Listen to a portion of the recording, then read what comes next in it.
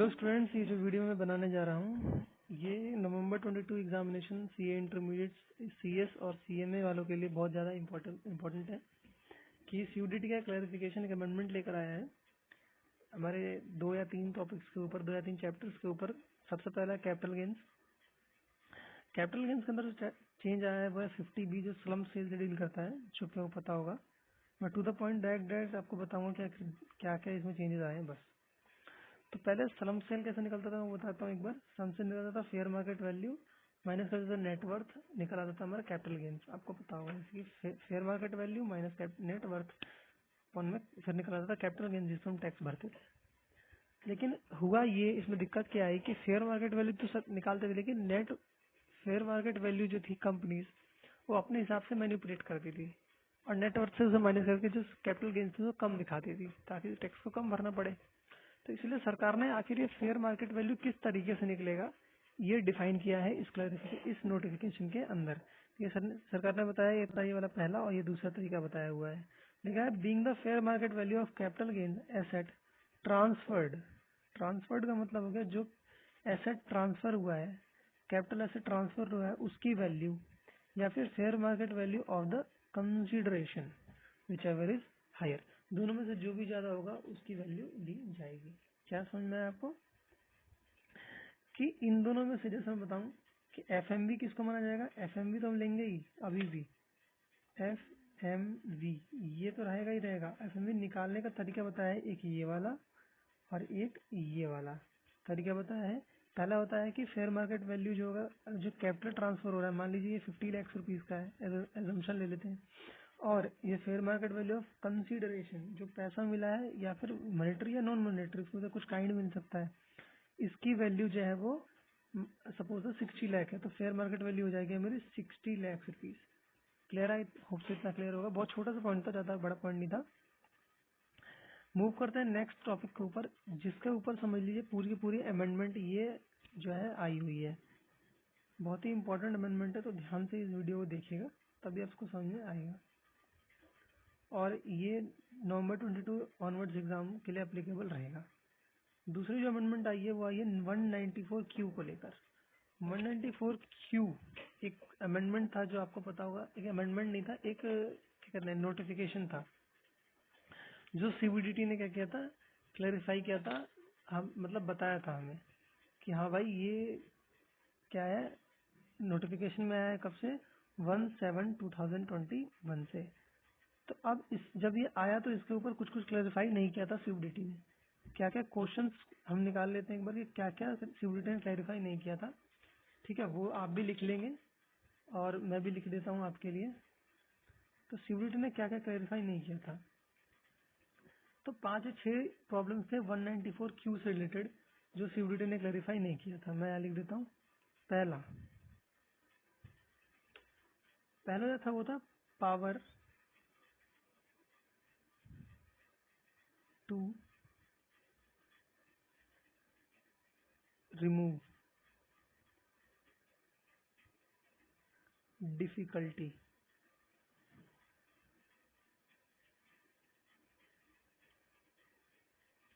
Power to remove difficulty का मतलब हो गया कि आखिर जो इसमें डिफिकल्टीज आ रही हैं उसे कौन रिमूव करेगा। सबसे पहला क्वेश्चन ये था। दूसरा था काउंटिंग लिमिट। आखिर लिमिट जो होगी ना वो कब से काउंट करी जाएगी, क्योंकि ये जो सर्कुलर था, ये जो रूल आया था, ये एक सेक्शन आया था 1/7/2021 से। हमारा फाइनेंशियल ईयर चालू होता है 1 अप्रैल से। तो मेन बात ये थी कि आखिर ये जो रूल था, ये सेक्शन था, इसकी काउंटिंग 50 लाख की कब से होगी। ऐसा आपको पता है कि 50 लाख को क्रॉस कर, आपको पता होगा 194Q क्या है, मैं एक बार बता देता हूँ। 194Q क्या है, एक सेक्शन है जो कि बताता है, क्या बताता है, थोड़ा सा आप अपनी कॉपीज को देखेंगे तो समझ में आएगा। ऐसा बता देता हूँ कि ये 194Q ये बताता है कि जब एक बायर होता है ना, एक बायर जब सामान खरीदता है मोर देन 50 लाख, तो उसको जो वो टीडीएस काटता है, क्या करता है, टीडीएस काटता है, टैक्स डिडक्टेड सोर्स टीडीएस काट लेता है 0.1 रुपीज का, 0.1% का, द सम एक्सीडिंग 50 लाख, ये आपको पता होगा। ये आई थिंक आपको पता होगा। और जो बायर होगा उसकी, ये सब भी आपको पता होगा कि उसकी जो फाइनेंशियल की टर्नओवर है वो 10 करोड़ से ऊपर होनी चाहिए। ये सब आपको तो खैर पता ही होना चाहिए। तो इसकी दूसरी मतलब मेन प्रॉब्लम यही थी, काउंटिंग ऑफ 50 लैक्स क्या क्या क्या था, फंड कहाँ से करेंगे। काउंटिंग ऑफ 50 लैक्स 1 अप्रैल से करेंगे उसी ईयर में, या फिर नेक्स्ट करेंगे मतलब जब से ये रूल आया तब से करेंगे। दूसरा है एडवांस मेकिंग पेमेंट। मान लीजिए पहले से किसी ने इस रूल के या इस सेक्शन के आने से पहले किसी ने पेमेंट कर रखी हो, तो उस पेमेंट का क्या, वो पेमेंट इसमें इंक्लूड किया जाएगा या नहीं किया जाएगा, ये एक चीज थी। बाकी था परचेज रिटर्न का क्या, मान लीजिए किसी ने परचेज किया और परचेज रिटर्न कर दिया, तो 194 में क्यों, मान लीजिए उसने 60 लाख का सामान खरीदा और मतलब 20 लाख रिटर्न कर दिया, तो आप देखिए 50 लाख से कम हो गया ना, जो ट्रांजेक्शन में 50 लाख से कम हो गई। तो जो पहले टीडीएस कटा था वो क्या अब दोबारा जो टीडीएस है वो क्या रीइंबर्स होगा, क्या रिफंड होगा, या फिर आगे सेटलमेंट होगा, कैसे होगा, इसकी क्लैरिफिकेशन अब तक नहीं थी। जो कि इस सर्कुलर में क्या हुआ, ये जो मैं लिख रहा हूँ ये आप भी लिख लेंगे तो आपके लिए थोड़ा सा इजी रहेगा। और चौथा हमारा था मतलब लास्ट वाला, मतलब लास्ट इशू ये था जीएसटी इशू, ये मैं आपको डील करवाऊंगा अभी थोड़ी देर में 5 मिनट। तो ये मैंने कुछ इश्यूज लिखे। पावर टू रिमूव डिफिकल्टी, आखिर डिफिकल्टी तो कौन रिमूव करेगा, काउंटिंग ऑफ 50 लैक्स कौन कौन काउंट करेगा, सिंपल। और उसके बाद मैंने लिखा परचेज रिटर्न का क्या है, purchase sorry counting of 50 lakh के बाद है एडवांसिंग ऑफ पेमेंट। आखिर पेमेंट हम पहले से कर रखे हैं तो वो इसमें काउंट होगा कि नहीं होगा, इसका बहुत ज़्यादा कंफ्यूजन था। मान लीजिए आप 17/2021 से पहले ही पेमेंट कर रखी है आपने, तो आखिर कैसे इसका डील किया जाएगा, आखिर कैसे वो डील होगा, उसे इंक्लूड करेंगे कि 50 लैक्स में नहीं करेंगे, काफ़ी कंफ्यूजन थी। परचेज रिटर्न का क्या था, ये सारी चीज़ें 194 क्यू में बहुत ज़्यादा दिक्कत चल रही थी, जिसमें अब जगह क्लियरिटी आई है। मैं आपको वैसे आंसर बताता हूँ, फिर मैं सर्कुलर को पढ़वा दूंगा तो कंफर्म हो जाएगा। पावर टू रिमूव डिफिकल्टी जो है वो सीबीडीटी ने खुद के पास रखी थी, सेंट्रल गवर्नमेंट के पास, वो दिखाता हूँ।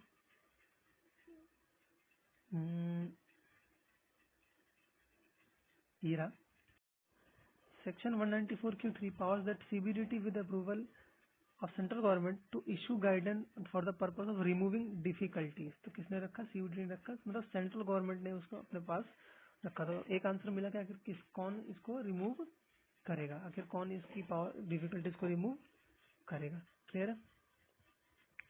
दूसरा इसमें एक ये था मतलब दिक्कत थी जो मैंने वहाँ नहीं लिखवाया है, मैं आपको बता देता हूँ कि एप्लीकेबिलिटी किन किन ट्रांजेक्शन के ऊपर थी। आखिर किन किन, जैसे 50 लाख में तो बहुत सारे 50 लाख अबव में बहुत सारे ट्रांजेक्शन आ जाते हैं।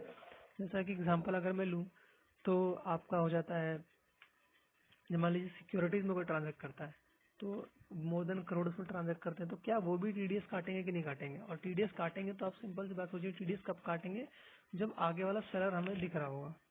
अगर सेलर दिखेगा तभी तो बाय टीडीएस काट सकेगा ना, सिंपल सा कॉन्सेप्ट है। तो बात ये है कि आखिर कौन, मतलब कौन जो है सामान खरीद रहा है तो पता ही नहीं ना सिक्योरिटीज में, तो वही लिखा हुआ है कि applicable on the transaction carried through the various exchanges. आखिर इसको बाहर रखा गया है, मतलब इस पे 194 क्यू अप्लाई नहीं होगा। तो लिखा है in order to remove such difficulties to provide the provision shall not applicable in the relation transaction in securities and commodities which trade for the recognized stock exchange NSE or BSE cleared settled by recognized clearing corporation including recognized stock exchanges। अब यहाँ पर एक question मन में उठ के आता है कि सर मान लीजिए कोई फिजिकल शेयर्स की डीलिंग करता है सामने करोड़ में विदाउट रिकॉग्नाइज्ड स्टॉक एक्सचेंजेस, तो क्या वो जो है उस पर टीडीएस कटेगा, तो हाँ उसका आंसर है यस। अगर आप बिना रिकॉग्नाइज स्टॉक एक्सचेंज अगर आप उसको डील करते हैं तो बिल्कुल आपका टीडीएस कटेगा। दूसरा पॉइंट निकल कर आता है ट्रांजेक्शन इन इलेक्ट्रिसिटी। इलेक्ट्रिसिटी बनाने में रिन्यूएबल इलेक्ट्रिसिटी सर्टिफिकेट जो इलेक्ट्रिसिटी कंपनी यूज मतलब इशू करती है, और energy saving certificate through the registered power exchange. अगर ये भी इसमें भी आप ट्रांजेक्ट करते हैं तो क्या होगा, आपका टीडीएस नहीं कटेगा। दो चीज मैंने बताई, पहला क्या बताया कि अगर आप सिक्योरिटीज एंड कमोडिटीज में डील करते हैं वो भी रिकॉग्नाइज स्टॉक एक्सचेंज में, तो आपका जो टीडीएस है वो नहीं कटेगा, मतलब टीडीएस नहीं काट सकेंगे इन द सेंस। और दूसरा ये है कि अगर आप इलेक्ट्रिसिटी या रिन्यूएबल एनर्जी सर्टिफिकेट्स में एनर्जी सेविंग सर्टिफिकेट्स में थ्रू रजिस्टर्ड पावर सर्टिफिकेट, तो रजिस्टर्ड पावर एक्सचेंज, तो इसमें क्या होगा, आपका जो ये टीडीएस आप नहीं काट पाएंगे, सिंपल सा कॉन्सेप्ट है। अगला है calculation for the threshold. Threshold आखिर कैसे कैलकुलेट करेंगे, क्योंकि जो 50 लाख का थ्रेश होल्ड है वो भी तो कैलकुलेट करना है।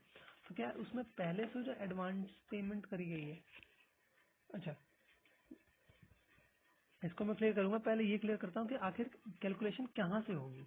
क्योंकि जो एप्लीकेबिलिटी है इस सेक्शन की, ये चालू थी 1/7/2000, जैसे लिखा हुआ है in section 194 Q has come into the effect from the 1 जुलाई 2021।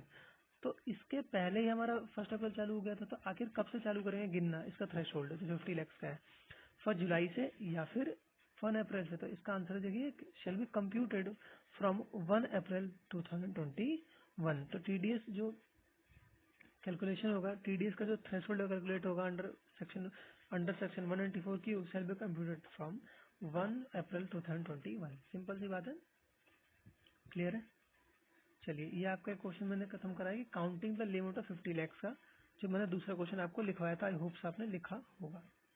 आपने उसको लिखा होगा तो आपके लिए बेस्ट रहेगा, वरना आप चाहते हो सर्कुलर प्रिंट करा के सर्कुलर पे भी मार्क कर सकते हैं। दोनों में से कोई भी ऑप्शन आप चूज कर सकते हैं, नो इशू। ये हम आगे करेंगे, adjustment of GST in purchase return, मैं समझा दूंगा अभी आपको, बहुत इजी है। या आप बोले तो मैं अभी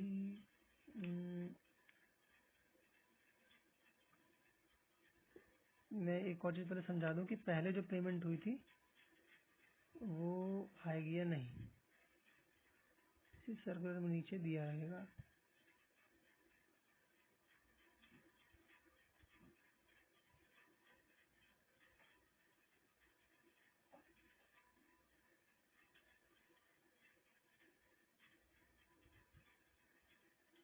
ऊपर है,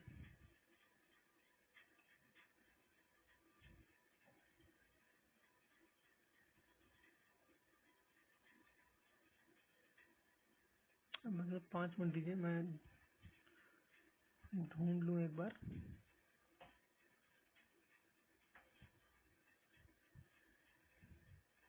आंसर तो मुझे इसका पता है, लेकिन मैं चाहता हूँ कि आपको सर्कुलर में एक बार दिखा दूं। बाकी तो इसका जो आंसर है, एडवांस मेकिंग पेमेंट, अगर आप पहले से पेमेंट करते हुए आ रहे हैं, तो आप जो आपने मान लीजिए 1/7/2021 मतलब 1 जुलाई 2021 के पहले आपने एडवांस पेमेंट कर दिया था, मान लीजिए 40 लाख का, तो वो क्या काउंट होगा थ्रेश होल्ड में या नहीं, तो ऐसा कुछ नहीं है, वो काउंट नहीं होगा, एडवांस पेमेंट काउंट नहीं होगा बिल्कुल भी।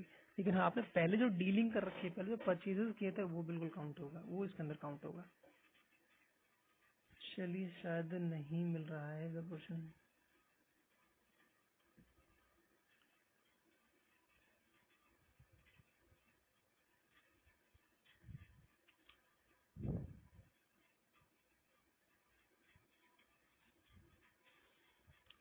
चलिए, इसमें सर्कुलर में भी दिख नहीं रहा है, वो बहुत ज्यादा सर्कुलर में चीजें दी हुई है, तो आप सिंपल से लिख लीजिए एडवांस मेकिंग पेड का, कि फ्रॉम 1 जुलाई 2021 के पहले जो भी अपने एडवांस पेमेंट करी होगी, वो उसमें क्या होगा, थ्रेशोल्ड में इंक्लूड नहीं किया जाएगा। जो आप बाद में एडवांस पेमेंट करेंगे, बाद में जो भी करेंगे वो इंक्लूड किया जाएगा, पर पहले जो आपने एडवांस पेमेंट करी होगी वो इंक्लूड नहीं किया जाएगा। लेकिन हाँ, पहले जो आपने ट्रांजेक्शन किए होंगे विद द सेम सप्लायर, तभी क्या होगा, वो इंक्लूड किया जाएगा, ध्यान रखिएगा बिल्कुल।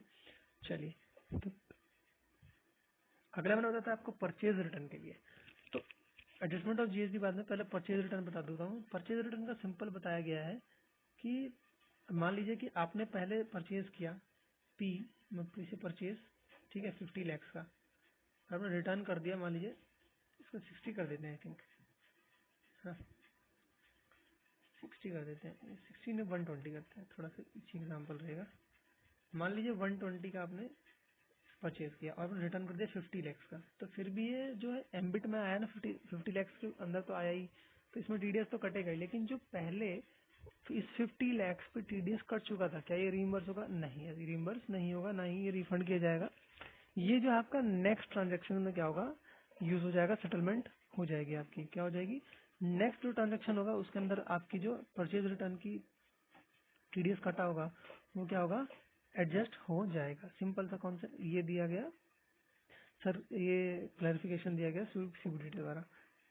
Clear, I hope so clear होगा। बहुत इजी पॉइंट है, इतना टफ तो था नहीं ये भी मेरे हिसाब से, कि आगे एडजस्ट हो जाएगा मैं देख लेता हूँ यहाँ कहाँ लिखा हुआ है, मैं आपको एक बार दिखा भी दूंगा।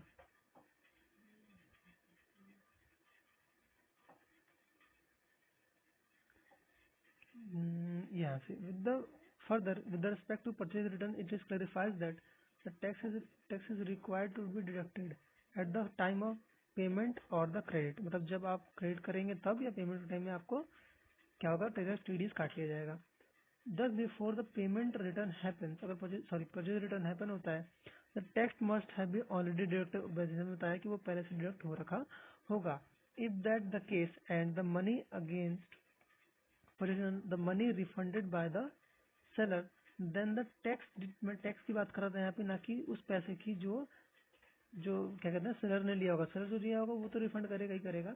दिस टैक्स डिडक्टेड में adjust again next purchase again the same seller. अब यहाँ पर एक चीज निकल कर आती है कि माल ये जो क्लेरिफिकेशन आया ना, ये आया है आपके रेगुलर सेलर्स के ऊपर, रेगुलर मतलब कस्टमर्स के ऊपर जिनसे आप रेगुलर डीलिंग में रहते हैं। मान लीजिए कोई कैजुअल आपका सेलर है जिससे आपने कैजुअलिटी सामान खरीद लिया, तो उसके लिए अब तक कोई भी क्लैरिफिकेशन नहीं आई है। जो भी क्लैरिफिकेशन आई है वो मान लीजिए आपका रेगुलर कस्टमर है, जो आपका रेगुलर जिससे सामान खरीदते रहते हैं, उसी के लिए क्लैरिफिकेशन आई है। अभी तक जो है इसके लिए क्लैरिफिकेशन नहीं आई कि जो मान लीजिए कैजुअल किसी भी आपने सामान खरीद लिया तो उसके लिए क्या इसमें एडजस्टमेंट रहेगी, क्या मतलब रेमेडी प्रोवाइड करी जाएगी, ऐसा कुछ भी नहीं आया है। अगला क्वेश्चन था हमारा परचेज रिटर्न बट रिप्लेस्ड। हमने परचेज रिटर्न किया पर पैसे के बदले गुड्स ले लिए।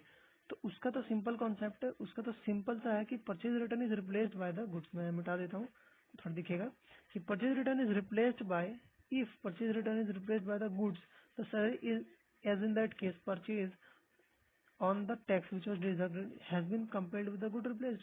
क्योंकि पहले ही आपने उस टैक्स गुड्स के बदले गुड्स लिया है, पैसे की कोई बात ही नहीं आई है, तो इसमें क्या होगा कि मतलब आपका टैक्स का कोई भी दिक्कत टैक्स नहीं है, क्योंकि आपने एक गुड्स दिया और दूसरा गुड्स वापस ले लिया, तो पैसे का कोई भी ट्रांजेक्शन हुआ ही नहीं, तो टीडीएस की कोई बात नहीं आएगी। तो जो टीडीएस जैसा था वैसा ही रहेगा, इसके अंदर कोई भी दिक्कत नहीं आएगी।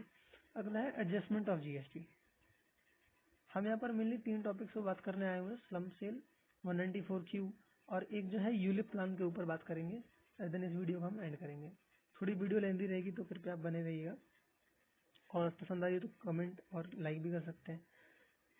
तीसरा एडजस्टमेंट है जीएसटी को लेकर, तो मैं यहाँ नहीं कराना चाहूँगा, मैं कराना चाहूँगा अपने नोट पैड पे। देखिए जीएसटी में क्या बोल रहा है, ये वाला कॉन्सेप्ट, ये वाला हो गया, ये भी हो गया, ये भी हो गया, ये भी हो गया, ये भी हो गया, लास्ट इशू बचा हुआ है। अब देखिए जीएसटी में क्या बोल रहा है, जीएसटी में ये बोल रहा है,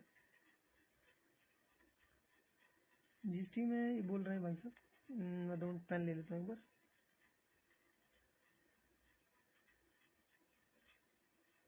चलिए यहाँ ले लेते हैं, ठीक है। नहीं पेन अच्छा नहीं है, ये वाला ठीक है। चलिए क्या बोल रहा है जीएसटी में, जीएसटी में बोल रहा है कि जीएसटी से तीन तीन तरह हो सकते हैं, या तो 3 बिल होंगे, या तो जीएसटी इसमें सेपरेटली दिखेगा, एस लिख देता हूँ मैं, सेपरेटली। दूसरा होगा जीएसटी जिसमें नॉन सेपरेटली दिखेगा, मतलब अलग से नहीं दिखेगा। कई बिल होते हैं जिनमें इनवॉइसेस होते हैं जिनके अंदर बिल सेपरेटली दिखता है, कई में नहीं दिखता, तो 2 इसमें निकल के आएंगे। और तीसरा ये है कि पेमेंट मेड अर्लियर। अब जीएसटी में हम लोग पेमेंट मेड अर्लियर, अब आप इसको पहले वाले से ज्वाइन मत करिएगा, payment made, payment making paid. तो वो जो पेमेंट पहले किया था हमने वो 1/7/2021 मतलब 1 जुलाई 2021 से पहले पेमेंट करी थी, उसकी बात करी थी। ये बात करिए उसके बाद जो भी हम लोग पहले पेमेंट कर देंगे, एडवांसमेंट हम कर देते हैं, तो पेमेंट मेड अर्लियर, क्या हमने पेमेंट पहले ही क्या कर दिया है, कर दिया। मैं पे अर्लियर लिख देता हूँ, ER है ना, अर्लियर। नया पेन मंगाऊंगा, को बहुत दिक्कत हो रही है। तो देखिए ये 3 केस निकल कर आते हैं। अब मतलब ना जीएसटी अगर साफ साफ इसमें सब सेपरेटली दिख रहा है, तो सिर्फ टीडीएस उस अमाउंट पर कटेगा जितने अमाउंट का परचेज है। मान लीजिए 100 रुपीज का जो है सामान है, इस पर 10 रुपीज टैक्स लग रहा है, तो 1/10 का हो गया ये टोटल। तो टीडीएस जो कटेगा ना वो सिर्फ 100 रुपीज पे कटेगा, इस पे नहीं कटेगा। समझ में आया, जिसमें कितनी सेपरेटली शो कर रहा है। अब मान लीजिए सेपरेटली शो नहीं करता है, तो आपको पूरा बिल में 110 रुपये दिख रहा होगा, ये वाला केस ले रहा हूँ मैं नॉन सेपरेटली, तो पूरे इस पर क्या होगा, टीडीएस लगेगा। और दूसरा बात ये है, तीसरी दो बात खत्म हो गई, तीसरी बात ये निकल कर आई है कि पे अर्लियर, मतलब पेमेंट आपने पहले ही कर दिया है, जितना पेमेंट आपने पहले कर दिया है तो जब आप पेमेंट करेंगे उसी टाइम पर उससे टीडीएस लग जाएगा। मान लीजिए आपने 1 महीने बाद खरीदने के लिए आज ही 50 से 60 लाख रुपए दे दिए तो उसी टाइम उस पर टीडीएस लग जाएगा जिस टाइम हम पेमेंट करेंगे। तो होप सो ये सारे जो इश्यूज थे ये क्लियर करवा दिए मैंने फटाफट से। तो अगर आपको सही से समझ में आया है तो प्लीज़ वीडियो को लाइक कर दीजिए। बस अब मैं थोड़े से छोटे छोटे पॉइंट्स में मैं करा के इस वीडियो को एंड करता हूँ। एडजस्टमेंट ऑफ जीएसटी भी मैंने करवा दिया। मैं देख लेता हूँ इसमें कहीं मेरे को दिख रहा होगा अगर, क्योंकि बहुत सारे पॉइंट्स से काफ़ी मतलब कम कम वो किया हुआ है इसको। अगर आप चाहें तो इसको प्रिंट करके पढ़ लीजिएगा, जो मैं बता रहा हूँ वही होगा, इसके अलावा हो ही नहीं सकता। चलिए ये अब देखिए अगला क्वेश्चन क्या निकला है, whether a non resident can buyer under section 194Q। मान लीजिए कोई एक बायर है, जो कोई बार तो कोई भी हो सकता है, तो मान लीजिए वो नॉन रेसिडेंट है, मान लीजिए वो नॉन रेसिडेंट है, तो क्या वो 194Q के अंदर टीडीएस काटेगा? ये कॉन्सेप्ट मतलब ये जो है क्वेश्चन निकल कर आता है। तो क्या एनआर जो एनआर है नॉन रेसिडेंट है वो काटेगा? तो इसके इसके कॉन्सिक्वेंसेस है, दो कॉन्सिक्वेंसेस है, मैं दोनों आपको समझाने की कोशिश करता हूँ। चलिए इसमें दो निकल कर आता है। एक तो होता है कि अगर उसका जो क्या कहते हैं पीई मतलब होता है, पी मतलब होता है परमानेंट इस्टेब्लिशमेंट। इसको लिख लीजिएगा, मैंने पीई लिख दिया क्योंकि पेन थोड़ा सा भी दिक्कत कर रहा है। तो पीई मतलब होता है परमानेंट इस्टेब्लिशमेंट, मतलब वो कोई भी अगर बिजनेस यहाँ इंडिया में चला रहा है, समझ में आया क्या चला रहा है? अगर परमानेंट बिजनेस परमानेंट एस्टेब्लिशमेंट कोई भी यहाँ पर है तो हाँ वो टीडीएस क्या करेगा, काट सकेगा, अगर पीई है तो ही। अगर पीई नहीं है मतलब परमानेंट एस्टेब्लिशमेंट नहीं है, कोई बिजनेस नहीं है यहाँ पर, तो वो टीडीएस भी नहीं काट सकेगा। वैसे ये जो पॉइंट है ये इंटरनेशनल टैक्सेशन का है, और इंटरनेशनल टैक्सेशन में इसको पीई की जगह बिजनेस कम्युनिकेशन वर्ड यूज किया गया है। पर अभी जो सीबीडीटी जो क्लैरिफिकेशन है उसके अंदर ये क्या कहते हैं परमानेंट एस्टेब्लिशमेंट यूज किया, मैं दिखाता हूँ आपको। तो लिखा है कि section 194Q shall not apply to non-residents whose goods from the who purchase goods from the resident in India is not effectively connected with the permanent establishment to such non-resident in India। मतलब वो permanent establishment में नहीं है, अगर होंगे तो काटेंगे, नहीं होंगे तो नहीं काटेंगे, सिंपल। क्लियर है? अगला जो क्वेश्चन हमारा उठ के आता है कि whether tax is to be deducted when the seller is a person whose income is exempt. अब मान लीजिए कोई इनकम है एग्जेम्प्ट है, मान लीजिए कोई ऐसा सामान बेच रहा है जो जीएसटी के एम्बिट में ही नहीं आता। सॉरी जीएसटी सॉरी जीएसटी नहीं, मैं इनकम टैक्स की बात कर रहा हूँ फिलहाल। पर मान लीजिए जो प्रोडक्ट है वो एग्जिस्ट मतलब क्या कहते हैं एग्जेम्प्ट है, वो जो पर्सन है वही एग्जेम्प्ट है। यहाँ बात हो रही है पर्सन एग्जेम्प्ट है, कि मान लीजिए वो जो पर्सन है वो नील है। नील मतलब समझते हैं आप? होप सो नील मतलब समझते होंगे। अगर आप इनकम टैक्स पढ़ रहे हैं तो नील मतलब होता है उस वो बिल्कुल भी फाइल नहीं भरता, इनकम टैक्स रिटर्न फाइल करता है लेकिन नील फाइल करता है। तो लिखा है अगर उसकी सारी इनकम जो है एग्जेम्प्ट है, एग्जेम्प्ट मतलब एम्बिट में ही नहीं आती है। क्या समझ में है? कि अगर वह एम्बिट में ही नहीं आती है तो फिर क्या होगा, वो टीडीएस नहीं कटेगा। तो लिखा है कि नो टीडीएस, मैं आपको दिखाता हूँ कि as regard of the provision of 194Q would apply to the seller whose income exempt would apply to the seller। it is clarified, ये क्वेश्चन है, it is clarified the provision of 194 would not apply to purchase on the goods from a man being a seller who is exempt from the income tax act। अगर वो income tax act से exempt है तो क्या हो जाएगा, फिर उससे ये काम नहीं करेगा, मतलब वो टीडीएस वो उससे आप टीडीएस नहीं कलेक्ट कर पाएंगे, आप टीडीएस नहीं काट पाएंगे। अब ये सेम जो है ना ये फॉलो होता है सेलर और बायर। अभी तो हम बायर के पर्पज से बात कर रहे थे कि बायर जो है वो क्या टीडीएस काट पाएगा कि नहीं काट पाएगा। अब टीडीएस के साथ साथ एक और टीसीएस का भी सेक्शन निकल कर आता है यहीं पर, इसी में समझाता हूँ मैं आपको, थोड़ा सा क्लियर रहेगा। टीसीएस का सेक्शन होता है 206(1)(h). 206(1)(h) वो सेलर के पॉइंट ऑफ व्यू से होता है वो। टीसीएस का होता है 206(1)(h). क्या बोलता है ये वाला सेक्शन? ये बोलता है कि जो सेलर होगा ना, जो सेलर सामान बेचेगा, अगर वो 50 लाख से ऊपर होगा तो वो 50 वो क्या करेगा, 0.1% का क्या करेगा, टीसीएस काटेगा। तो अगर यहाँ पर बायर भी अगर एग्जेम्प्ट है तो क्या होगा, नो टीसीएस, मतलब मैं कर सकता हूँ TDS, no TCS, no if the buyer is exempt. अगर बायर और सेलर, ये जो टीडीएस किसके केस में, बायर के केस में, सॉरी सेलर के केस में, क्योंकि अगले पर्सन से करेंगे ना। तो सेलर के केस में अगर सेलर एग्जेम्प्ट है तो नो टीडीएस, और अगर बायर एग्जेम्प्ट है तो, अगर बायर एग्जाम्प्ट है तो नो टीसीएस। थोड़ी गंदी हो गई यहाँ पर, तो कोई बात नहीं, आप समझ जाइएगा। समझ में आया? अगर समझ में आ गया तो प्लीज एक लाइक तो बनता है।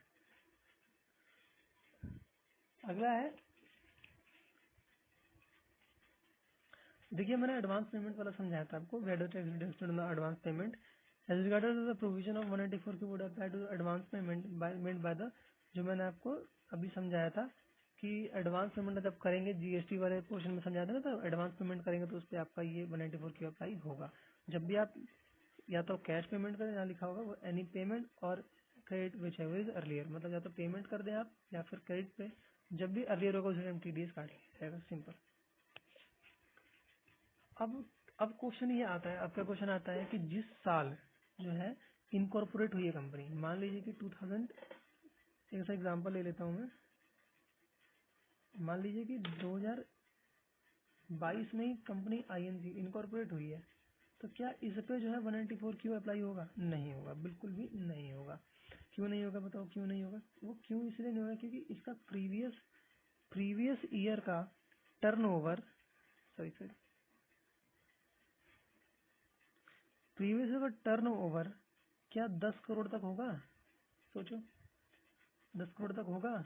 कभी भी नहीं होगा, क्योंकि अभी तो इनकॉर्पोरेट हुई है। तो इसका आंसर निकल कर क्या आता है कि whether provision of section 194 Q shall apply to buyer, क्या अप्लाई करेगा, जिस टाइम हुई है तो इनकॉर्पोरेट हुई है। तो यही सब लिखा हुआ है, आप पढ़ेंगे। Buy is required to have total, बता रहा है कि उसको सेल्स टर्नओवर पहुंचना चाहिए 10 करोड़ तक, टर्नओवर 10 करोड़ तक during the financial, since this condition is would not satisfy in the year of corporation, ये इन ईयर ऑफ कॉर्पोरेशन में सेटिस्फाई नहीं होगा, शैल नॉट अप्लाई। क्लियर है? होप सो क्लियर होगा। चलिए नेक्स्ट क्वेश्चन की ओर मूव करते हैं। अभी इसमें मैं 194 पी को ही लेके चल रहा हूँ, सॉरी 194 क्यू को ही भी लेके चल रहा हूँ मैं। अभी एक 194 पी को भी लेकर वो मैं अभी समझाऊंगा आपको, पर फिलहाल 194 क्यू को मैं समझाना चाहता हूँ, काफी लंबा अमेंडमेंट है इसमें थोड़ा सा इसके अंदर। अब देखेंगे कि अगला क्वेश्चन निकल कर ये आता है इसमें कि whether provision of section 194 Q shall apply to the buyer if the turnover from the business is 10 crore और लेस। अब देखिए इसमें जब आप इसको पहली बार पढ़ेंगे ना तो आपको लगेगा कि नहीं बिल्कुल सही है, तो लिखा ये तो इसका आंसर तो नो होगा। मैं समझ रहा हूँ आप क्या कह रहे हैं कि वेदर, अब इसको ध्यान से पढ़ेंगे, तो लिखा है whether provision of section 194 Q shall apply to the buyer if the turnover from business. समझ में आ रहा है आपको? सिर्फ बिजनेस से उसका जो इनकम है, अगर वो 10 करोड़ से कम होगा तो क्या इस पर 194 क्यू लगेगा या नहीं। अब देखिए मैं इसको थोड़ा क्लैरिफाई करता हूँ कि आखिर ये कहना क्या चाहता है। वो मैं यहाँ नहीं, यहाँ, अभी मान लीजिए बिजनेस एक्टिविटी बोला ना, बिजनेस एक्टिविटी बोला था वहाँ पर, मैंने वो पढ़ाया भी था। तो मान लीजिए बी है बिजनेस एक्टिविटी, इसकी मान लीजिए 8 CR है। प्लीज आप राइटिंग के लिए कमेंट मत कर दीजिएगा, 8 CR है, मैं पेन अब ध्यान से मंगवा लूंगा। और NBA, NBA मतलब नॉन बिजनेस एक्टिविटी, वो है 4 करोड़, तो टोटल वो क्या हो गया 12 करोड़। अब क्या ये 10 करोड़ से क्रॉस कर जाता है? बिल्कुल कर जाता है। तो क्या अब 194 क्यों अप्लाई हो गया? जी नहीं, अप्लाई नहीं होगा। तो लिखा है हिज टर्नओवर और रिसीट, देखिए लिखा है, पढ़ा देता हूँ। हिज टर्नओवर और receipt from the non business activity is not counted for the purpose, for this purpose. Clear है? होप सो क्लियर होगा। बहुत ही इजी पॉइंट था, लिटरली बहुत ही ज्यादा इजी पॉइंट था। और इसके बाद हमारा एक पॉइंट है क्रॉसिंग सेक्शंस, अब हम पढ़ेंगे क्रॉसिंग सेक्शंस के ऊपर। मैं आपको समझाता हूँ क्रॉसिंग सेक्शंस का क्या बोल रहा है, ये समझ में आ जाएगा आपको।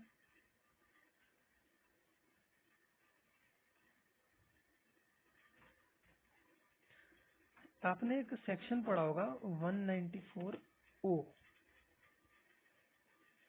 जो ई कॉमर्स का था, point 194O। Hope so you remember, you have to remember. इसका तो एक पढ़ा था आपने 206(1)H, ये भी पढ़ा था आपने, सेलर वाला। याद आ रहा है? थोड़ा बहुत तो याद आना ही चाहिए यार, इतना अब बूढ़े थोड़ी होंगे, इतना तो आपको याद आना ही चाहिए। 194O याद आया कुछ? तो बोलो भाई याद आया। और एक हमने अभी फ्रेश पढ़ा 194Q। अब ये वाला जो सेक्शन है ना, वो 194Q, ये बात करता है किसके ऊपर? टीडीएस के ऊपर। ये वाला जो सेक्शन है 206(1)H, ये बात करता है, बोलिए बोलिए, ये बात करता है टीसीएस के ऊपर। टीसीएस मतलब टैक्स, सॉरी टीसीएस मतलब टैक्स कलेक्टिव एट सोर्स। और 194O है ना, ये बात करता है टीडीएस के ऊपर। तो कभी कभी क्या होता है ना कि ये कॉन्ट्राडिक्टरी होते हैं, दोनों आपस में लड़ते हैं। क्या होता है, इनका कॉन्ट्राडिक्टरी पॉइंट बनने लगता है, गुथ जाते हैं आपस में।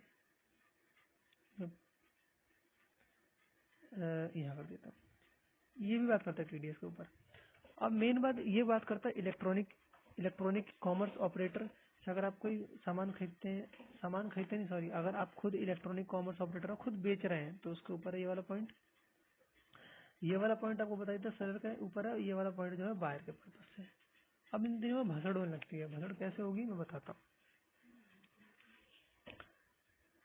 अब मैं यहाँ एक नया पेज ले लेता हूँ, आई थिंक ले लूँ, ले लेता हूँ यहाँ पे। अब देखिए,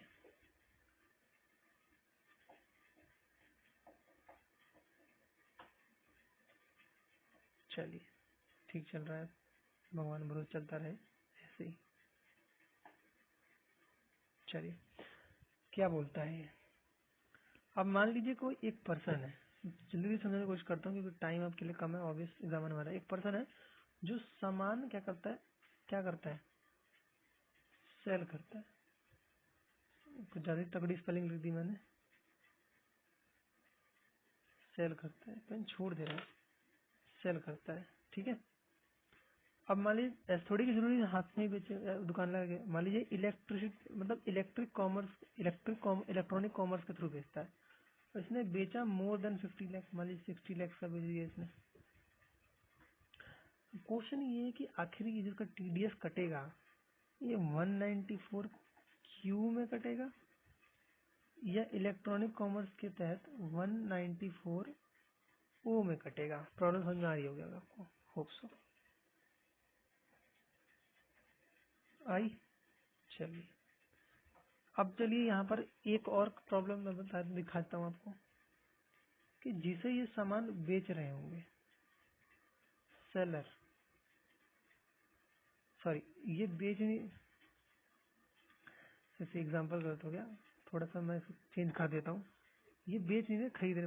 बायर मतलब होता है खरीदने वाला, ठीक है ठीक है। मान लीजिए इन्होंने, ये सेलर है, ये बायर है, ठीक ठीक। बायर ने, जो बायर है ये मतलब इलेक्ट्रिक कॉमर्स ऑपरेटर से सामान खरीद रहे हैं, बेच रहे हैं। मैंने खरीद बोल दिया था उस टाइम पर, ये बेच रहे हैं। और यहाँ पर बाय लिख देता हूँ मैं, काट के बाय,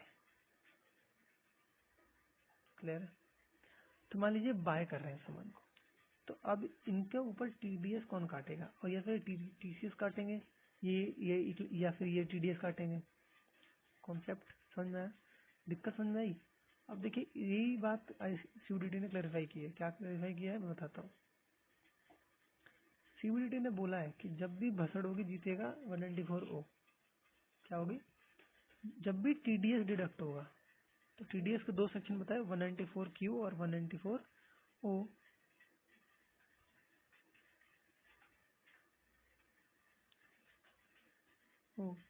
तो हमेशा क्या होगा, जब भी इन दोनों में बहस होगी, भसड़ होगी, 194 के ओ के तहत क्या होगा, टीडीएस काटा जाएगा। ये पॉइंट हो गया। अगले पे आते हैं। दूसरा कि जब बोथ 194Q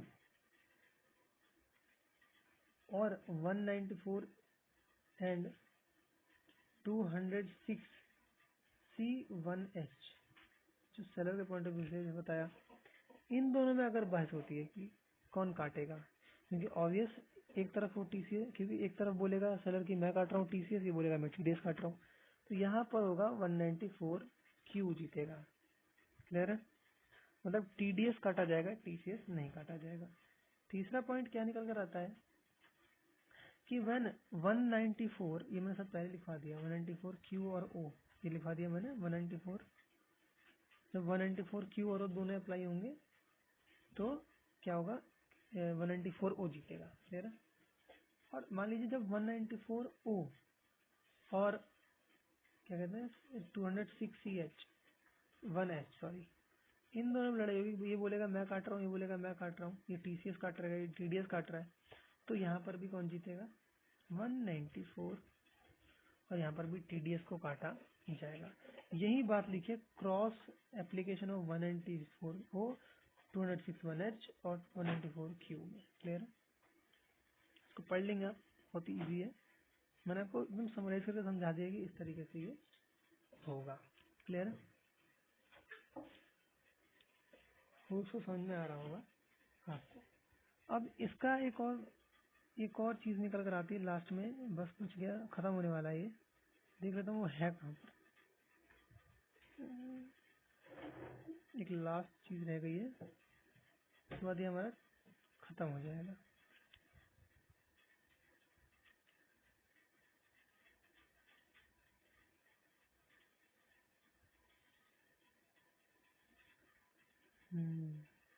ये रहा, non applicability provision of 206C1G to the non resident individual visiting in India. अच्छा, एक और पॉइंट रह गया था 206CG1, जो बात करता था आपके जब कोई घूमने आता था इंडिया तो ये भाई साहब टीसीएस काटते थे, या जब घूमने के लिए भेजते थे तब टीसीएस काटते थे, या पैसा बाहर भेजते थे तब भी टीसीएस काटते थे। मतलब कुल मिला के टीसीएस का सेक्शन है ये। 206C1G 1H के ऊपर आता है 1G, है ना, या 11020, मतलब 1/10/2020 से विद इफेक्ट फ्रॉम आया था ये। 5% का आपने सुना होगा, 5% नील, और काफी मतलब इसमें होता है। तो इसके कहने का मतलब है कि आखिर ये सब पे कटेगा क्या, या फिर कोई एक नॉन रेजिडेंट जो इंडिया घूमने भी आ रहा है उस पर भी कटेगा, तो जो नहीं, जो ये 196 नहीं 206C1G जो है ना, ये जो है नहीं टीसीएस नहीं काटा जाएगा। ठीक है, कलेक्टेड ये पूरा लिखा हुआ है इसका कि कब कब काटा जाएगा। और हाउएवर ये वुड नॉट बी एप्लीकेबल तो अ non resident in India who is visiting in India, जो एक नॉन रेसिडेंट इन इंडिया है जो घूमने आया है या घूमने, उसका टीसीएस नहीं काटा जाएगा। क्लियर है, होप ये क्लियर होगा। अब आपका एक लास्ट चीज रह गया है बस, एक यूलिप प्लान को लेकर, फिर हम इस वीडियो को एंड करेंगे। स्टार्टिंग में ही था वो, मेरे को स्टार्टिंग में ही बताना था बट मैंने आगे बढ़ा दिया था। यही है शायद।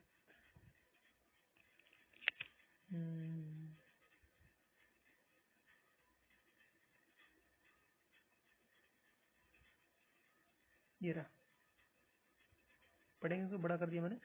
इट में noted the ULIP rated provision under section 2, ज्यादा दूर पहुंच गए भाई साहब, under section 214 section A identify the equity oriented fund discussion chapter unit chapter 6 of capital gains में हुआ था ये।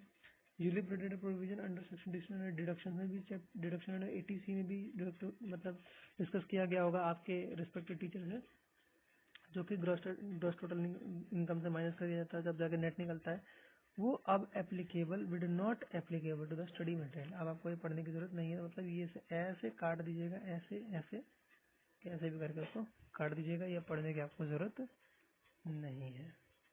और इसके बाद जो छोटे मोटे कुछ अमेंडमेंट्स हैं जो डेट को लेकर है वो आप और मतलब कर लीजिएगा। ठीक है, बाकी मेन जो अपडेट था वो यही था। चलिए, धन्यवाद।